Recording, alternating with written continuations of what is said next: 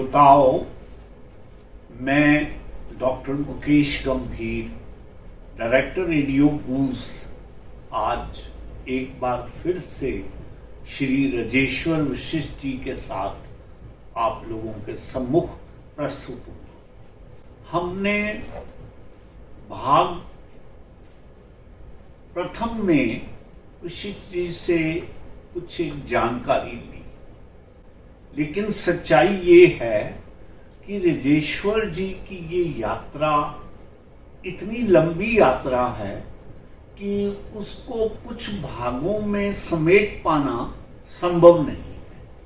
इसलिए हमने पुनः उनसे गुजारिश की कि हम जो भाग प्रथम में बात कर चुके हैं उससे आगे बढ़ते हैं और इनकी यात्रा को पुनः जानने का प्रयास करते हैं। राजेश जी, आपका पुनः स्वागत। आपने हमारे यहाँ आके हमें कृतार्थ किया। हम आपसे बात कर रहे थे आपके उपन्यासों के बारे में। हम चाहेंगे कि हमारे श्रोताओं को आप आगे की यात्रा के बारे में बताएं। बहुत बहुत शुक्रिया आदरणीय गंभीर साहब। सौभाग्य तो मेरा है कि मुझे मेरे गुरुदेव ये अवसर दे रहे हैं कि आप मुझसे मेरे बारे में कुछ पूछ रहे हैं। I really feel proud that you are in the studio. मेरा सौभाग्य है और अच्छी बात यही होती है, जो हमारे प्राचीन ग्रंथ भी यही कहते हैं, गुरु शिष्य परंपरा का अर्थ यही है कि वे दोनों मिलकर दुनिया को आगे बढ़ाएं। Yes.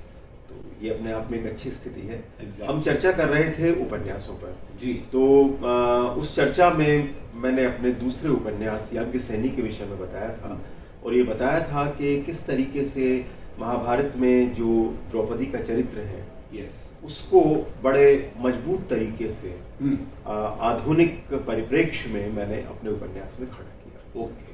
तो पहला उपन्यास जो बताया था वो मुट्ठी भर लड़ाई था, जो 1983 में छपा था। उसके बाद दूसरा उपन्यास आया 2018 में, वो याज्ञसेनी था। अब तो याज्ञसेनी का 2021 में दूसरा एडिशन भी आ चुका है। Very good. कहाँ से इसकी पब्लिकेशन रही? ये प्रलेख प्रकाशन है। ओके। देश का काफी बड़ा प्रकाशन है। ओके। तो वहां से इसका प्रकाशन हुआ है। राइट। तो अब मैं उपन्यास तो हालांकि उसके बाद के दो और भी हैं, लेकिन मैं उस यात्रा में टाइम लाइन पर लौटना चाहूंगा। ठीक है। बेसिकली जैसा कि पिछली बार भी चर्चा हुई थी कि 1983 में पहली पुस्तक छपी, 2004 में कनाडा की कविताओं का अनुवाद हुआ, वो पुस्तक आई और उसके बाद एक लंबा गैप बीच में रहा। राइट। उसका कारण नौकरी था और नौकरी भी ऐसी नौकरी जो आपको करना था जहां आपकी अपनी रुचि जैसी कोई चीज नहीं थी। ठीक। ये भी हमने चर्चा की थी कि अगर टीचिंग वगैरह में होते तो बात कुछ और होती, लेकिन होना जो होता है वही होता है। ठीक। उसमें कोई बात नहीं है। तो मैं आपको बताऊं, लेखन दोबारा आरंभ हुआ 2014 में। ओके। 2013 में मैं इससे पहले बैंक में प्रमोशन से बचता रहा, तो 2013 में बैंक ने आखिरी बार मुझसे ये कहा कि अगर अब आप प्रमोशन नहीं भी लेंगे तब भी हम आपका ट्रांसफर दिल्ली से कर देंगे। ओके। तो मेरे पास कोई दूसरा चारा नहीं था, तो मुझे चीफ मैनेजर बनाकर हेड ऑफिस में पोस्ट किया गया, जहां मैं कई सारे डिपार्टमेंट्स देखता था, जिसमें पब्लिसिटी थी, राजभाषा थी और वो पार्लियामेंट्री कमेटीज के विजिट थे। तो अपने आप में वो एक तरह से कंफर्टेबल पोजीशन थी। कंफर्टेबल इस सेंस में कि बहुत सारे लोग काम करने वाले थे, आपको जस्ट सुपरवाइज करना था और आपके टेस्ट के साथ। हाँ, और एज ए डिपार्टमेंटल हेड उतनी बड़ी परेशानी वहां पे नहीं थी। तब मैंने डिसाइड किया कि अब रिटायरमेंट में 5 वर्ष का समय बचता है। ठीक। और इन 5 वर्षों का मुझे बेस्ट यूज करना चाहिए, मुझे रेगुलर लिखना चाहिए। ठीक है। और वहां से दोबारा शुरुआत हुई कविताओं के लेखन की। तब मैं लगभग हर रोज एक कविता लिखता था। ठीक। और इस तरीके से 2014 में मेरी एक कविता की किताब प्रकाशित हुई, सुनो वाल्मीकि के नाम से। सुनो वाल्मीकि। सुनो वाल्मीकि। ओके। वाल्मीकि जो रामायण के लेखक हैं, हमारे प्रथम कवि हैं, उस नाम से वो किताब थी। उसमें बहुत तरह तरह की कविताएं थी, लेकिन एक कविता का शीर्षक सुनो वाल्मीकि भी था और इसलिए उस शीर्षक को लेकर हमने पुस्तक के शीर्षक को नाम दिया। ठीक। उस पुस्तक को 2015 का हरियाणा साहित्य अकेडमी का श्रेष्ठ कविता पुस्तक का पुरस्कार मिला। बहुत खूब, मुबारक की बात है। तो ये अपने आप में एक बड़ा प्रोत्साहन भी था बिल्कुल। कि आप जो लिख रहे हैं उसको किसी ने, गवर्नमेंट की बॉडी ने भी रिकॉग्नाइज किया। इसके अलावा भी एक स्थिति ये बन गई कि देश के बड़े पत्र पत्रिकाओं में हर जगह लोगों ने मुझे स्वीकार करना शुरू कर दिया और इसकी चर्चा भी रही। जी हाँ। तो उसके बाद फिर अगली पुस्तक कविता की सोनागाछी की मुस्कान, ओके। ये आई। सोनागाछी की मुस्कान भी उसमें एक कविता ही थी, लेकिन जिज्ञासा लोगों की उत्पन्न होती है उस कविता को लेकर, क्योंकि शायद दुनिया का या एशिया का तो है ही सबसे बड़ा रेड लाइट एरिया अच्छा कलकत्ते में है, और उसका नाम है सोनागाछी। ओके। सोना का मतलब गोल्डन, गाछ का मतलब होता है स्किन, ओके। जहां सुनहरी त्वचा वाली स्त्रियां रहती हैं। ठीक। और उसका इतिहास अगर मैं बताऊं तो कलकत्ता के इतिहास जितना ही पुराना है, लगभग 300 वर्ष पुराना वो एरिया है। अच्छा। आमतौर पे उस एरिया को जो नाविक आते थे, जो जहाज आते थे, लंबी लंबी यात्राएं करने के बाद आते थे, बेसिकली उन लोगों की सुविधा के लिए वहां पे एक वेश्यालय खोला गया था। ठीक है। जिसका नाम सोनागाछी रखा गया था।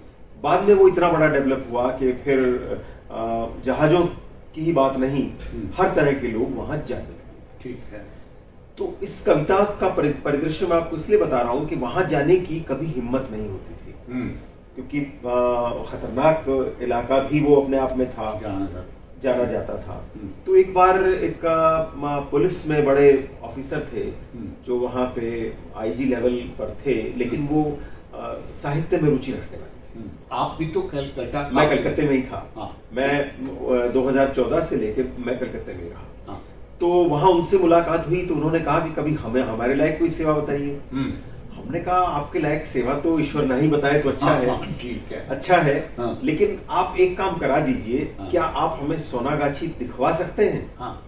वरना तो सुनते हैं पुलिस पकड़ लेती है, पुलिस नहीं पकड़ ले तो वहां के लोग आपके कपड़े फाड़ लेते हैं। ठीक है।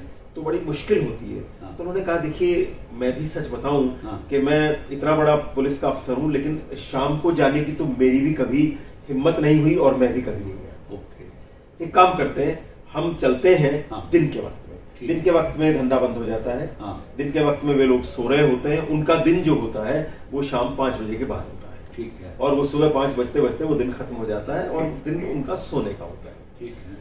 तो वहां पे हम लोग गए तो देखा हमने एक टिन शेड में कुछ बच्चे खेल रहे थे।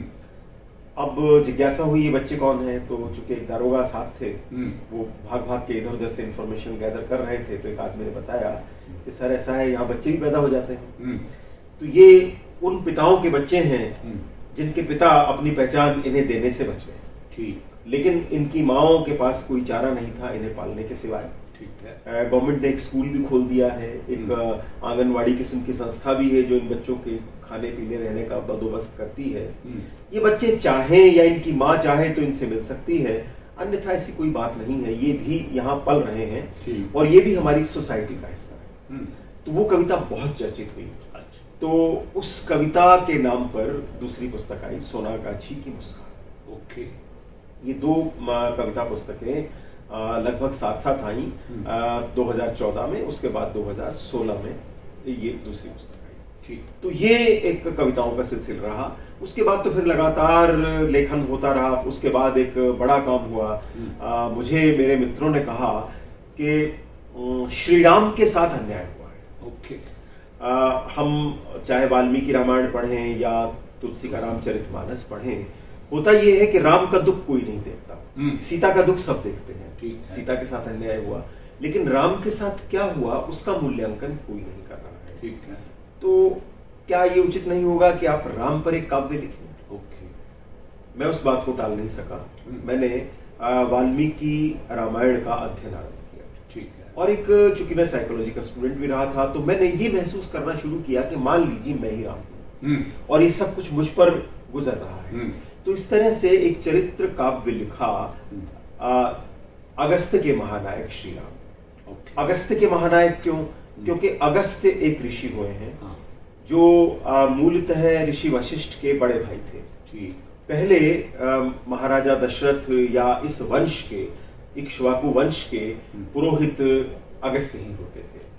लेकिन उसके बाद अगस्त्य को लगा कि उनकी बड़ी भूमिका दक्षिण भारत की तरफ आगे बढ़ने में होगी और उन्होंने अपने छोटे भाई वशिष्ठ को यहाँ रखा और वो वहां चले गए।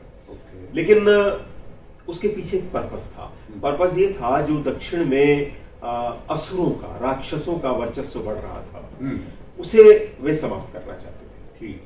उस समाप्ति के लिए अगस्त्य वहां चले गए। तो जब राम बड़े हो गए तो विश्वामित्र एक दिन आते हैं और राम को मांगते हैं कि कुछ राक्षसों ने हमें आतंकित किया हुआ है और हम अपना यज्ञ नहीं कर पा रहे। ठीक है।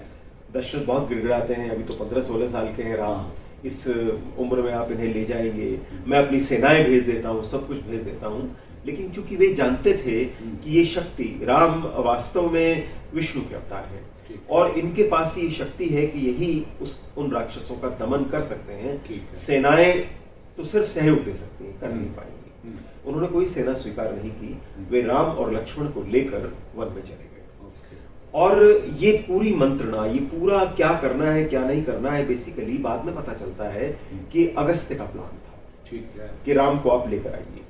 राम राक्षसों का संहार करते हैं और विश्वामित्र अपना यज्ञ पूर्ण करते हैं। उसके बाद कुछ दिन वो उनके आश्रम में रहते हैं, वो उनको शिक्षाएं देते हैं, बहुत सारे अस्त्र शस्त्र देते हैं और फिर राम आगे बढ़ते हैं और पहुंच जाते हैं मिथिला। विश्वामित्र उन्हें मिथिला लेकर चले जाते हैं और वहां वे सीता का स्वयंवर होता है। जनक इस बात से दुखी है कि इतनी बड़ी शर्त सीता के विवाह के साथ लगी है कि जो व्यक्ति इस धनुष को भंग करेगा वही सीता से विवाह कर सकता है, क्योंकि सीता अयोनिजा थी।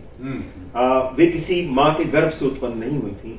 वे धरती में एक हंडिया में डली हुई उन्हें मिली थी जब वो हल चला रहे थे। ठीक है। तो जब अयोनिजा पुत्रियां होती हैं तो उनके एक परंपरा रही कि उनके विवाह के साथ एक शर्त जुड़ जाती है।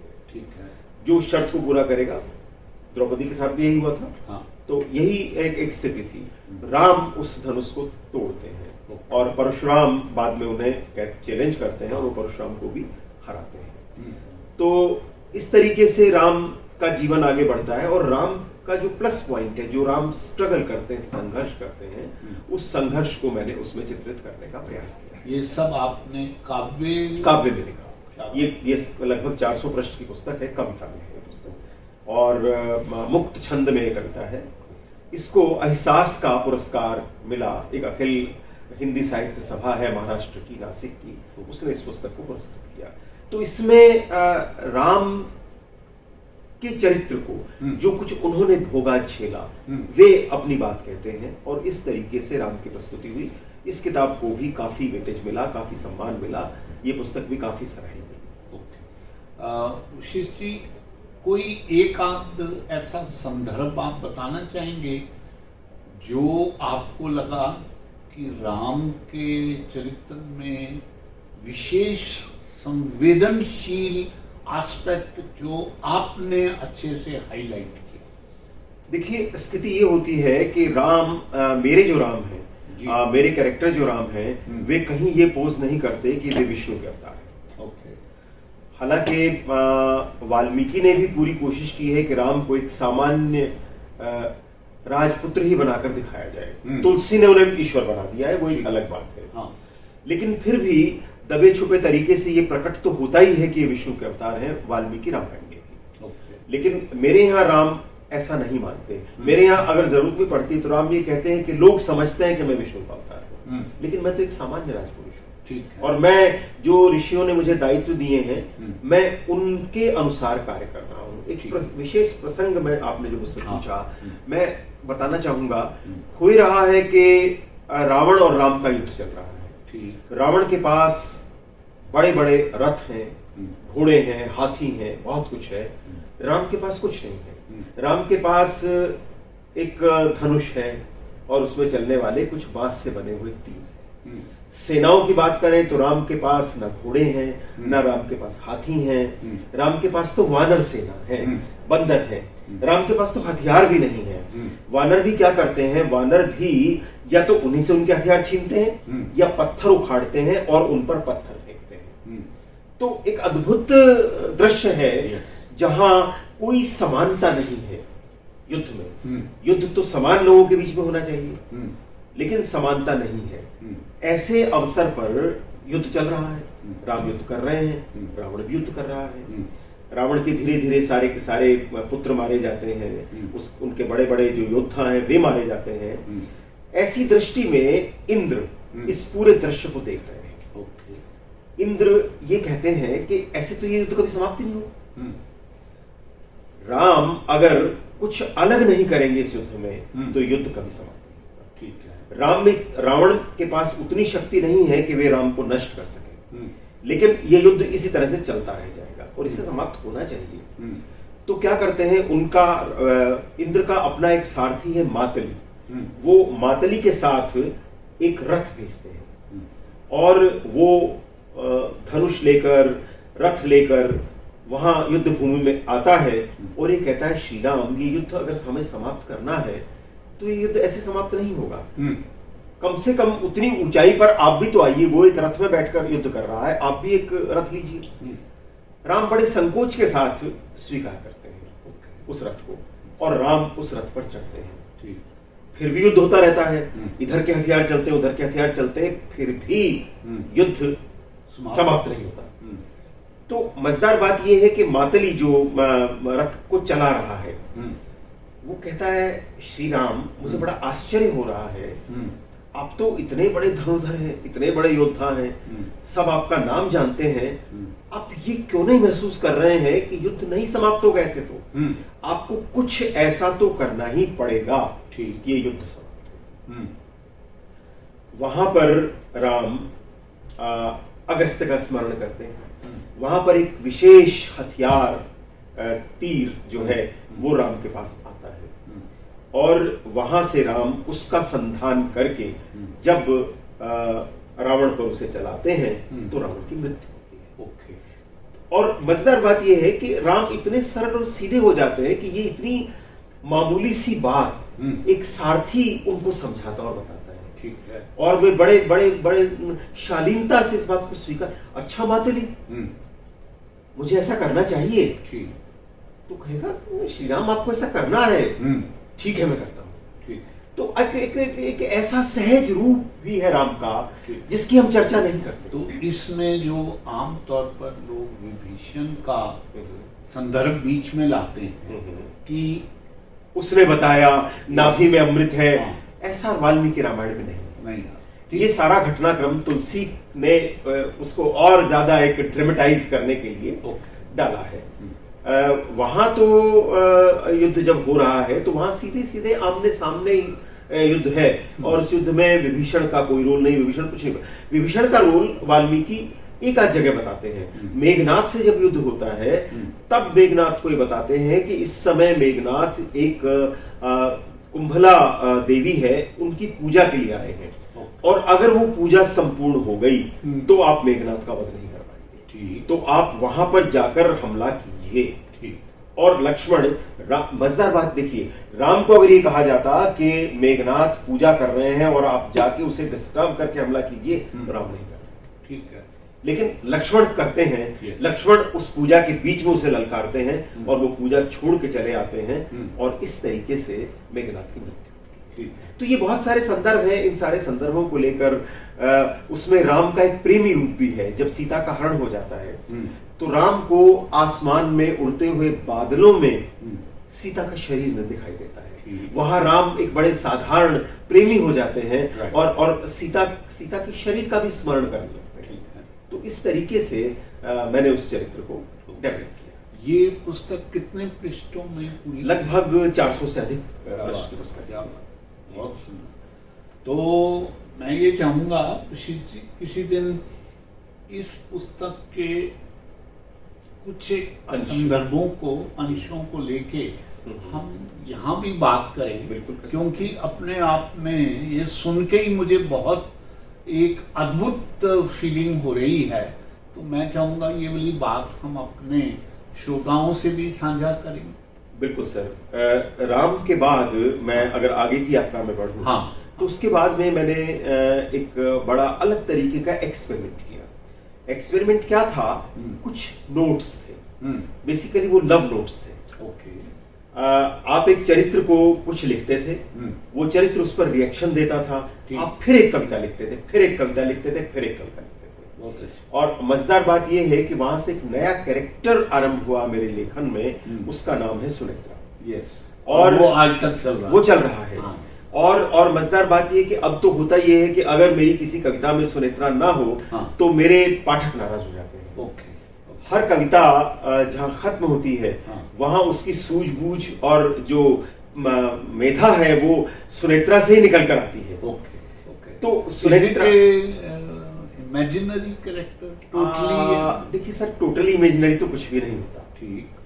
और इमेजिन करके आप किसी चरित्र को कब तक चलाएंगे? बिल्कुल ठीक। और इमेजिनरी होने से आप उससे बात कैसे करेंगे? बिल्कुल ठीक। तो इसलिए आप इसे लेकिन फिर भी एक अपनी सीक्रेसी होती है लेखक की।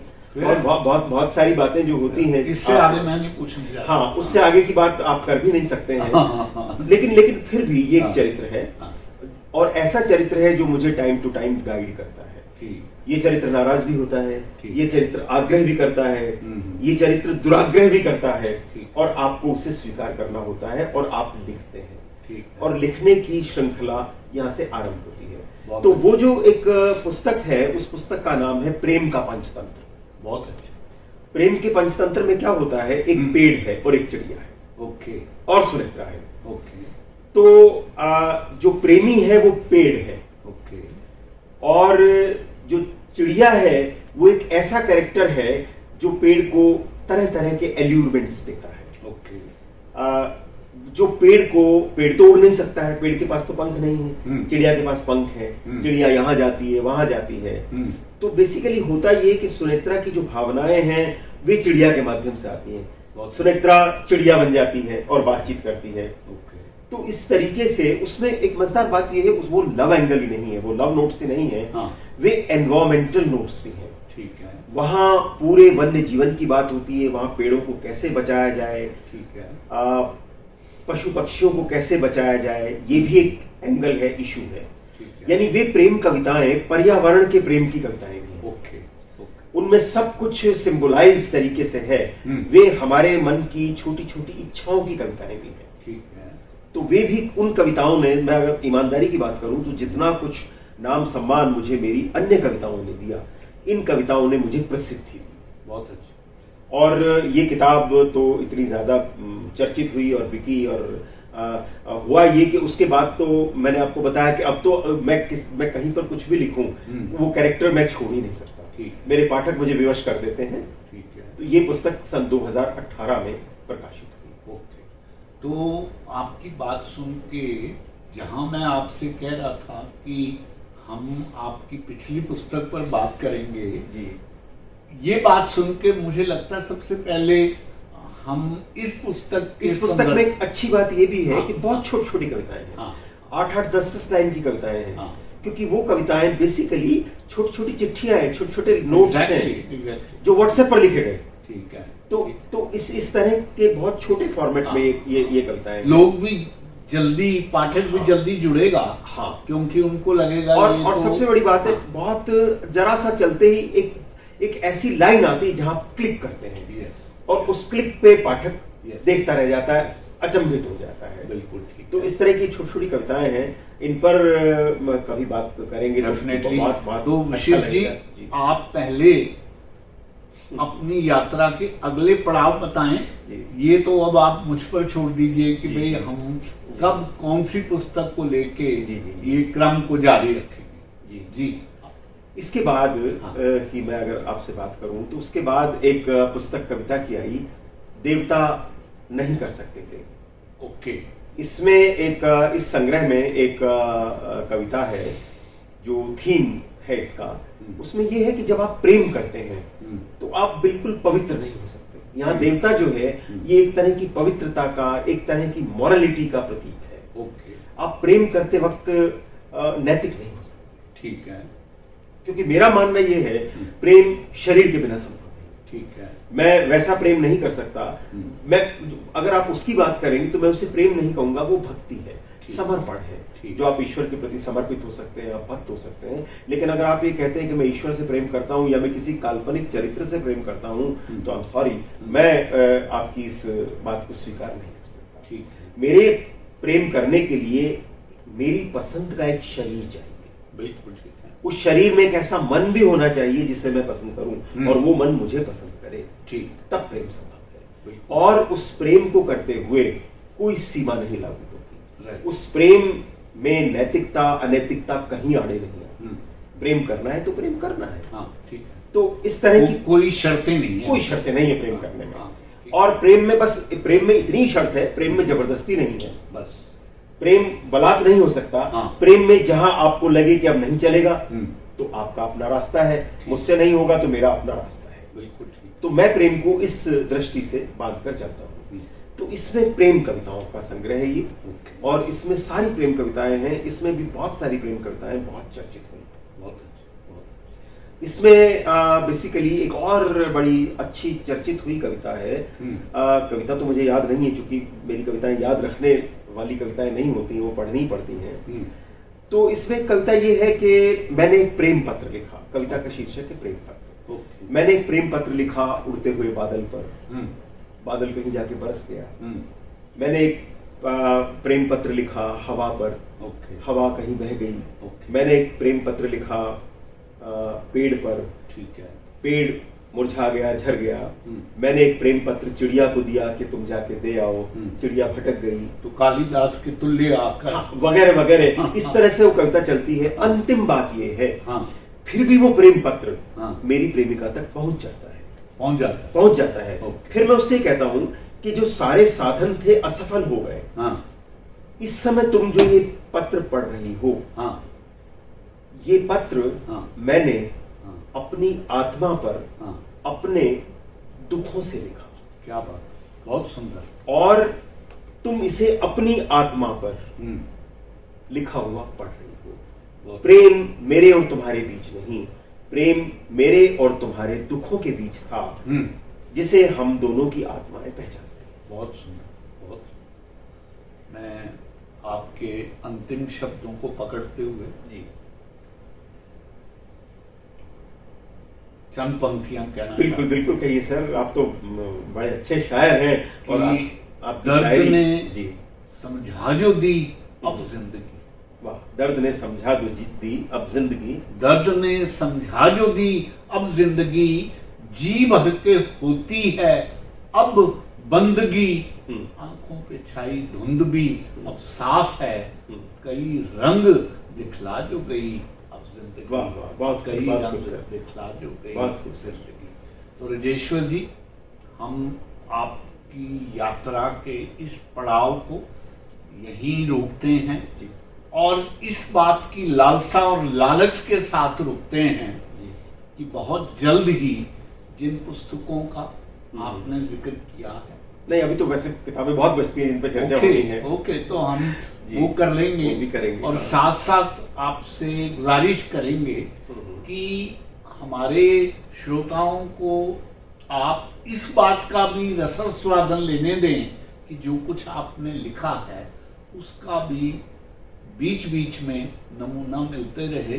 तो मैं ये चाहूंगा कि हम अगले पड़ाव में जहां पुस्तकों की चर्चा को कंटिन्यू रखेंगे, वहां पर आप बीच में एक कविता या जो भी पुस्तक का अंश चाहते हैं वो हम बीच बीच। बिल्कुल सर, बहुत बहुत धन्यवाद, मेरा सौभाग्य होगा सर। बहुत बहुत आशीर्वाद आपको, परमात्मा आपको और आगे बढ़ाए। सच बात है राजेश जी, ज्यों-ज्यों मैं आपको सुन रहा हूं त्यों-त्यों आपका कद मेरी नजर में और ऊंचा होता जा रहा है, और मुझे लगता है कि ऐसे विद्वान विद्यार्थी को पाना मेरे लिए वाकई एक सौभाग्य की बात है। मेरा भी सौभाग्य है कि जो कुछ मेरे पास है सब आपने दिया। सब आपने ही उंगली पकड़ के चलना सिखाया, तो आज चल पा रहा हूँ। बहुत बहुत धन्यवाद, बहुत बहुत